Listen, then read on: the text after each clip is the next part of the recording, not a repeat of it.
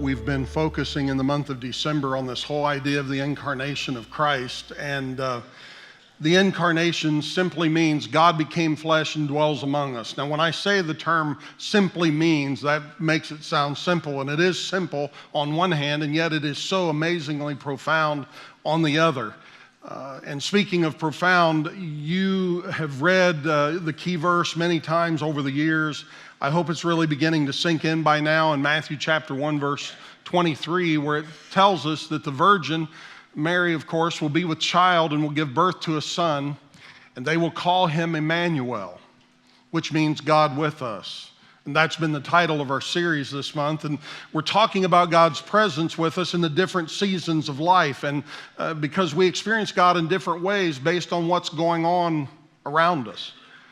The first week we talked about God's presence in the valley, and we learned that we enjoy God on the mountaintops, but we get to know him intimately in the valley. Last week we talked about experiencing God's presence in the wilderness, and we looked at the story of Elijah, and we learned that sometimes God whispers in the wilderness, and the reason that he can whisper is because he's so close. We also learned that our deepest need can become a great gift when it drives us to depend more on God. And today we're going to focus on God's presence in the storm. And I want to tell you the truth as we get started, and I'll tell you the truth toward the end and in the middle too, but as we're getting started, just let's pause for a moment and focus on this one reality. You are either in a storm right now, you have just come out of a storm, or you are preparing to enter into a storm. Now, I don't like that, and I'm not trying to be pessimistic, but it's just the truth. You're either in the middle of a difficulty right now in life, or you're just coming out of a difficult time, or you're about to head into a difficult time. That's just how it goes. It's the way it works. It seems to be the ebb and flow of life. Difficult things happen in this world. And here's the sad part. We all get in on it. We all get to be a part of that. Where is God then in those storms? Where is God in those difficult hours, those difficult moments? Where can he be found? We've had some horrible storms this year in the U.S. I even turned on the television this morning as I was fixing breakfast and turned on the news, and they're talking about a winter storm, and it's horrible, and it's hitting, and it's happened last weekend. It's happened several times recently, and then we talk about all these hurricanes that are happening over the course of the last year, and we've had tornadoes in the last month, during the month of December, having tornadoes. It's unheard of. But when you hear about these hurricanes, Hurricane Florence and Hurricane Michael, those were big news stories for 2018. And I don't know if it bothers anybody else or if you think it's weird that they name the storms after people, but I think it's strange. And I'll just be honest, I share a little sigh of relief when I find out that they have called it anything other than Hurricane Steve. I don't want it to be that. I'm glad they didn't name Sloppy Joe after me. I'm glad it wasn't Sloppy Steve, and I'm glad it wasn't Hurricane Steve yet that I know of. Could happen one of these days. I heard about how this all started, where they were naming hurricanes, and these meteorologists were naming hurricanes after their wives or their girlfriends. Started back in 1954, and I'm not convinced that's a great idea. I mean, I can't personally imagine being a meteorologist myself and deciding to come home some evening and tell my wife, hey, there's this Category 5 storm brewing off of the East Coast. It is going to bring incredible devastation to our land. It's going to kill a lot of people. And honey, it reminds me a lot of you. So we're going to call it Hurricane Lori. I just can't even fathom doing that. I don't know what these guys were thinking, but they named storms after females for about 25 years, and then equal rights for storms happened in 1979. They started naming storms after men too, so we all get in on it. But here's the thing. Some of us have faced some difficult storms, haven't we? You maybe could stand and testify because you've had some storms in your life. And even as I speak that, your mind immediately goes there, and you're thinking about some of the difficulties you've faced and some of the storms that you've faced in your world. For some of you, you've been through a divorce, and that was a horrible storm that you went through. Some of you are there or have struggled to get through the storm of depression. Maybe you've been through a financial storm or a relational storm. Or maybe your storm was health-related where, the walls just came kind of crashing down in a very short order. The storms come in all kinds of shapes and sizes. They hit us from every angle. And when we find ourselves in the middle of the storm, really all we want is for it to stop. We just want it to go away. And so the question is, how do you handle it when you're in the middle of the major storm in your life? I've seen people that have a tendency to blame God for the storm. Others wonder why God allows the storms to come in the first place. And we all want to know, where is God in the middle of that storm? So whether you're following along on the app or in the worship folder today, I want you to jot down this key thought as we get started. Never allow the presence of a storm to cause you to doubt the presence of God. Never allow the presence of a storm to cause you to doubt the presence of God. We're going to head over to Acts chapter 27, where it records the story of a powerful storm. And several men were on a boat in the middle of this massive, aggressive, crazy storm, and this particular storm had lasted for several days, and the crew was so terrified they started throwing cargo overboard, trying to lighten their load, and they were convinced this storm was going to take them out. It was serious business, and we're going to pick up the reading in Acts chapter 17, verse 20, where it says, "When neither sun nor stars appeared for many days, and the storm continued raging, we finally gave up all hope of being saved." Have you ever been in a storm like that? I'm not talking about where the rain was crashing in, but I'm talking about a life storm where you had given up all hope of being saved. It feels like the sun maybe has stopped shining for you. And the storm continues to rage, and you're wondering, is it ever going to end? And you finally get to that place where you just feel like throwing in the towel and giving up all hope of ever being saved. That's what happened on the sea on this particular day. Luke says they'd given up all hope.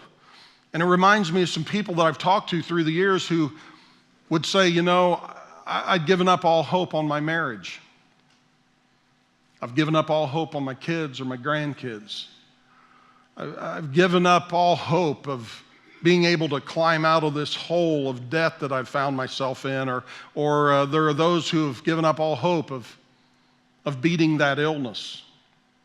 Seems like it's just been a long battle and the storm rages on. Or maybe you're in the middle of a storm, and you feel like giving up hope of finding a mate or being able to conceive or being able to finish college. I mean, the list can go on and on and on. And so many people have just given up all hope in specific areas or specific parts of their lives. But the story goes on in Acts 27, verse 21. It said, after the men had gone a long time without food, Paul, this is the Apostle Paul, stood up before them and said, "Men, you should have taken my advice not to sail from Crete." Now, this is about the time you want to stand up and punch him right in the mouth, wouldn't you say? I mean, if you're in the middle of a storm, you've been fighting the storm for days, you've been giving up hope that you're ever going to make it, and then one of the guys has the audacity to stand up right in the middle of everything and say, I told you so. You just love those kind of people, don't you? I mean, I knew this was going to happen. You should have taken my advice. We have no business being out here right now.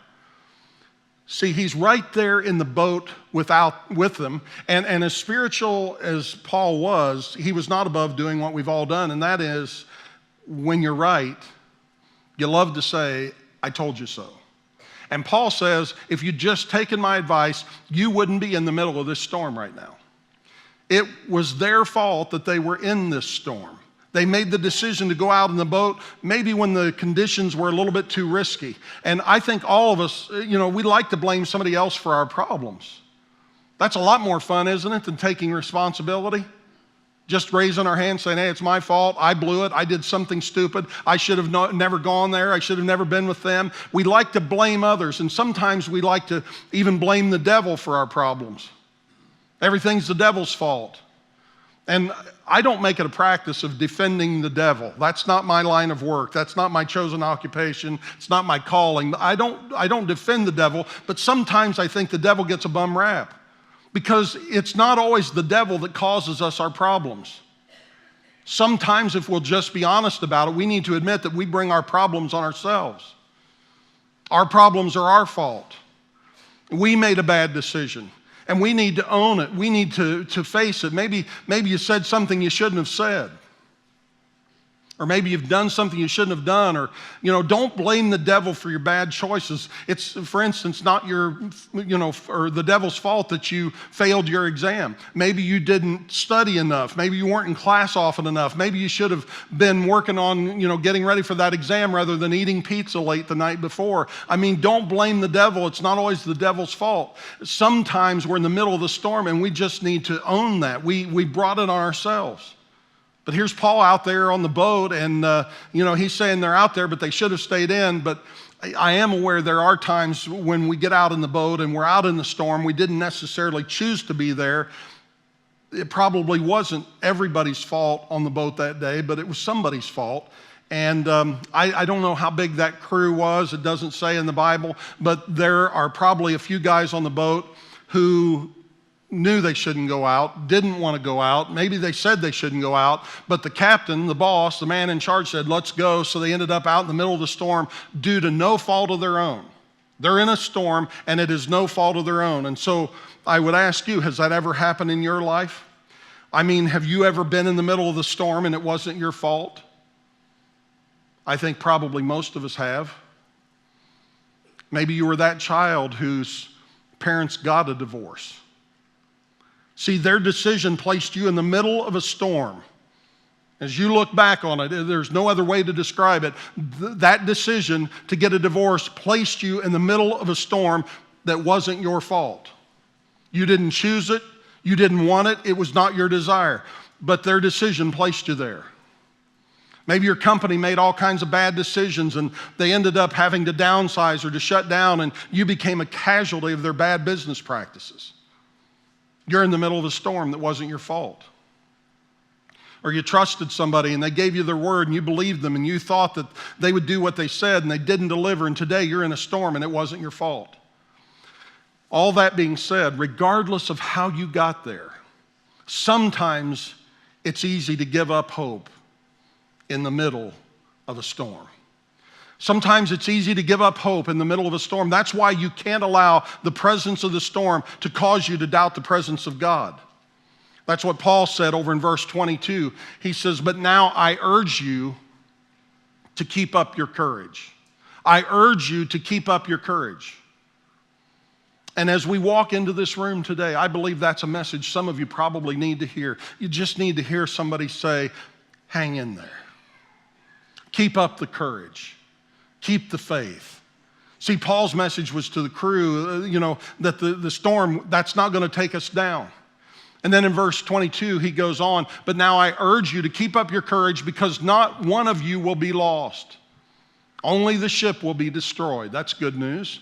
Last night, an angel of the God that I serve, the God of whose I am and whom I serve, stood beside me. How would you like that? You're in the middle of the boat, in the middle of the storm, and this angel comes to stand beside you. That'd be a time you'd be glad to see an angel, wouldn't you? I don't know about you, but I believe in the presence of angels. And you may not even be aware of it right now, but I believe that there are angels all around us in this room, this very moment. There's this unseen spiritual realm that goes beyond our ability to see with our physical eyes. And that's one of the ways that God is with us in the presence of the storm. Paul said an angel of the Lord stood beside him in the middle of the storm. So again, don't allow the presence of the storm to cause you to doubt the presence of God. And whatever it is that you're going through right now, I just want you to know God has not left you. Whatever it is that you are going through in this very moment, this very hour, God has not left you. He is still with you. He has not forgotten you, and He has promised to give you strength. And when you realize that God is with you, it does something. It changes your countenance. You can stand up a little straighter and a little bolder with a little more confidence because you are not alone. When you realize God is with you, it improves your outlook. It changes your perspective. It builds our faith. It redirects our mindset. And that happens as we remember that the Lord is right here with us. And when you recognize that He's right there beside you, it'll change how you confront the storm. It'll change how you face the storm. I mean, you remember how it was when you were a kid? If it stormed and you were home alone? Versus if you were a kid and it stormed and your parents were there or some other adult was around. It was always nice to have somebody around in the storm, and it's nice to know you're not alone. And so the next time you're facing a storm, I want you to think about Emmanuel. I want you to think about God with us in the middle of the storms of life. There's another powerful story about the disciples being in a different boat and a different storm. This time it's over in Mark chapter 4. And this time Jesus was actually asleep in the bow of the boat. I mean, the disciples knew that. They knew He was asleep downstairs, but they did what so many of us do in the storm, and they're freaking out. They're running around, we're going to die. Where are you, Jesus? Why don't you do something? Why don't you care? And Jesus finally comes up on deck and said, "What's the matter with you people?" I mean, that's a loose interpretation, but that's what He said. What are you guys doing? What are you thinking?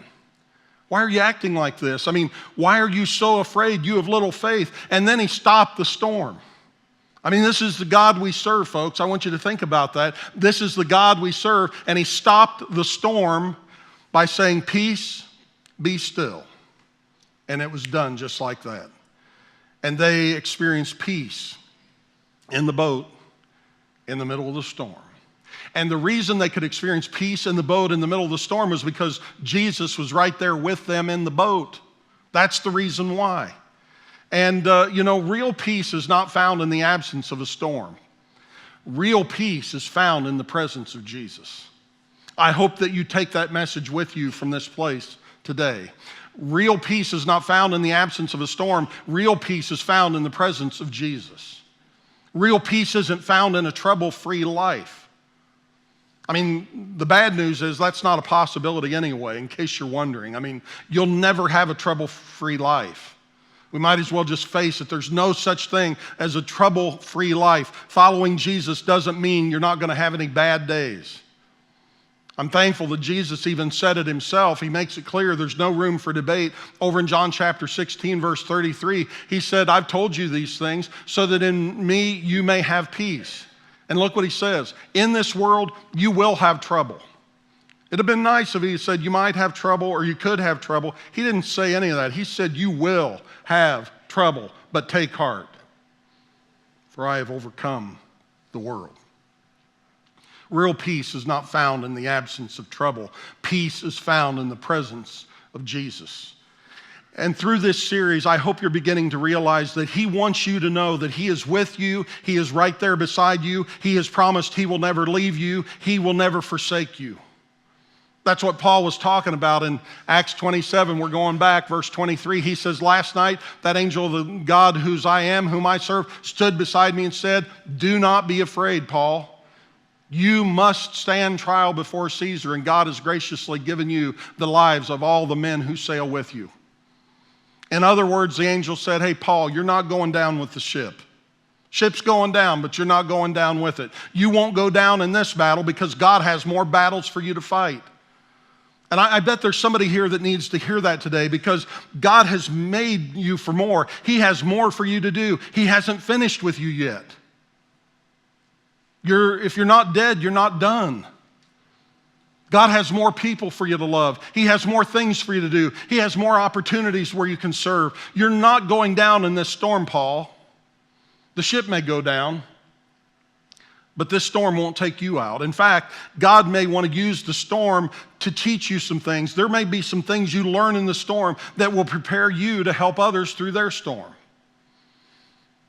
As a matter of fact, God has a purpose in our storm. It's the spirit of Romans 8:28. All things work together for good. Hey, there's a purpose in this storm. God's going to use it. Now, I run onto people every once in a while. They want to debate, who caused the storm? Could God cause the storm? Yes, I believe He could. But I don't know that He does. But that's not even the point. The point is that he can use the storm. The storms are going to come. We know that, and he can use the storm. And there's a purpose in the storm. And I think it helps us to know that God didn't get surprised by your storm. It may have surprised you. Your storm might have shocked you. It might have blindsided you, but your storm didn't blindside God.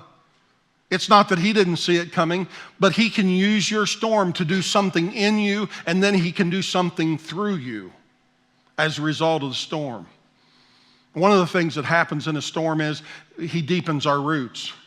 You know, our roots have to sink deeper in the middle of the storm. And he will often use that storm and the things you learn in that storm so that you can help somebody else in their storm.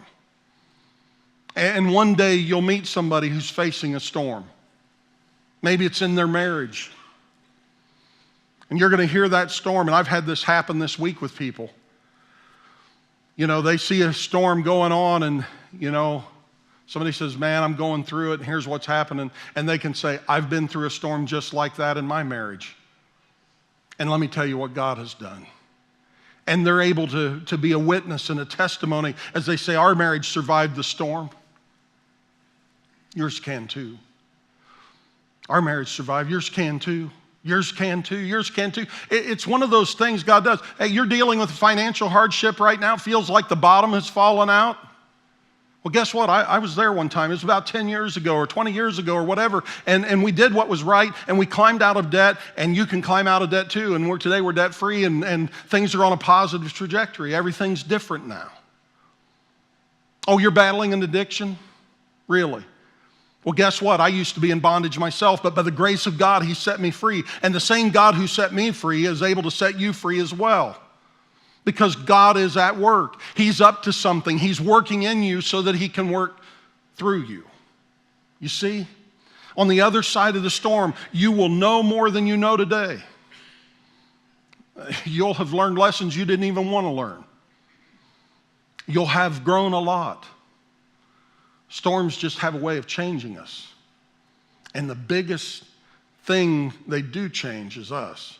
Changes lots of things around us. But the big thing that storm changes is us. And you wouldn't wish your storm on anybody else. But you'll see that your storm has created a deeper intimacy, a greater spiritual depth, more character, stronger trust, and greater faith in God. All of that can happen as the result of that storm. Verse 25, still in Acts 27. So Paul says, keep up your courage, men. For I have faith in God that it will happen. It will happen just as he told me. Paul is basically saying, my faith is not in what I see. My faith is in what God says. And I hope that's where you're living today. My faith is not in what I see. It is not in the circumstances right before me. My faith is not in this storm. My faith is in what God says. Do you have faith in God that what he says will come to pass? Do you have faith in God that it'll happen just as he said? That's what God wants from all of us. He wants us to trust him. See, Paul's faith wasn't in the boat. His faith was in the one who commands the wind and the waves. He placed his faith in God to see him through the storm. And God was Paul's source of hope. God was his deliverer. Paul knew that God would provide, and he had experienced God's peace because Paul had absolute faith in God. And so this is the kind of the bottom line, I guess, on this whole thing about storms. I can't control the storms. Might as well just admit it. I can't control the storms. I can't control if the storm comes. I can't control when the storm comes. I can't control the severity of the storm. I can't control the duration of the storm. But you know what? I can control what I believe. And I can control where I place my faith. And Paul's faith was in the one who created the wind and the waves. And so I want to ask you, where's your faith today? Is your faith in the God who made you? It's where David placed his faith. Over in Psalm 46, He said, God is our refuge and strength, an ever-present help in trouble or in storms. Therefore we will not fear, though the earth give way and the mountains fall into the heart of the sea, though its waters roar and foam and the mountains quake with their surging. God is our refuge. God is our strength. He is with us in the middle of the storm. He provides safety and strength. He is our ever-present help in time of trouble. Why do we say that? We can say that because He is right here with us. That's the message of Christmas. He is Emmanuel, God with us. There's no need to be afraid, even if I lose my job. There's no reason to be afraid, even if the relationship falls apart. There's no need to be afraid, even if the bottom falls out financially. There's no need to be afraid, even if I lose my job. I will not be afraid, because He is with me. He will never leave me. He will never forsake me. And He is all I need. See, peace isn't in the absence of the storm. Peace is found in the presence of Jesus. And He is right here with us this Christmas season and every day of the year. I hope it's beginning to sink in for you. The virgin will be with child and will give birth to a son, and they will call him Emmanuel, which means God with us. That's why you never allow the presence of the storm to cause you to doubt the presence of God. See, true peace is not found in the absence of the wind and the waves and the trials and the trouble. That's all a part of life. True peace is found in the presence of Emmanuel. True peace is found in the presence of Emmanuel, God with us. That's why we say our faith is not in what we see, but our faith is in what God says. Our faith is in who He is. And here's the thing, you can call on God in the middle of your storm. And if that's where you are today, I want to encourage you. You need to be calling out to Him. You need to be crying out to Him. You need to be running to Him. And there's a promise that is found in Romans chapter 10, verse 13. I don't think it's taken out of context when we say everyone who calls on the name of the Lord will be saved. Because, you know, even in the middle of your storm, what is it that a believer is going to do? But we're going to run to Him. We're going to call on Him. And I believe that even though this means, hey, I can come to Him with a need for salvation, and God's going to answer that prayer no matter who I am, no matter what I've done. But I also believe in the middle of the storm, the right thing to do is to call on the name of the Lord. And I am convinced of this, that everybody that calls on Him, everybody is going to be saved. He's going to rescue you. It may not be right now, this moment, but in the end, ultimately, He's going to rescue us. Because here's what happens. Ultimately in life, if we go through a period, a moment of grief, just one split second, that's really what it is in the eternal scheme of things, even if we're in a lifetime of pain. And I get that it's miserable in the moment. And I get that it seems like it'll never end. But I also hope that you get that when we call on Him, He will rescue us. He will deliver us. He is our fortress. He is our shepherd. He is our strength. He is our ever-present help in time of trouble. And I want to encourage you to look to Him today as we go to the Lord in prayer. Would you bow with me, please? And as we pray, and as we continue in our worship, if you feel like that, you know what, I just want to come and talk to the Lord about my storm. I want to pour my heart out to Him. I want to bring my burden to Him. These altars are always open. It's a great place for you to just come and pray. And I want to invite you to do that if you feel so inclined. Father, in these moments together, I pray that you would help me to communicate the truth that you have for us today. Because I know a message like this lands in a lot of different places with people, because there's no doubt there's some folks going through some storms right now. And then there are some that are coming right out of a storm. And there are others that are going to be facing a storm soon. We come to you today as Emmanuel. And we call on you today, Lord, believing that you will save us and that you will protect us and that you will rescue us and that you'll give us strength. And so would you take this message and apply it to our lives right where we're living?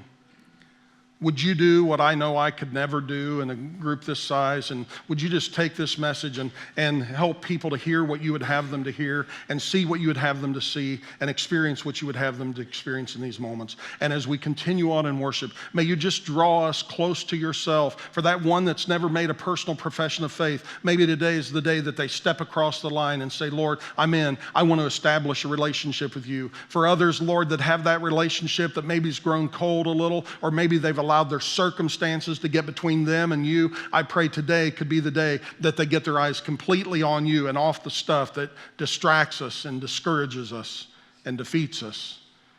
And I pray that you would help us to focus in these next few moments, and as we go from this place, that we would focus our attention completely on Emmanuel, God with us. Amen.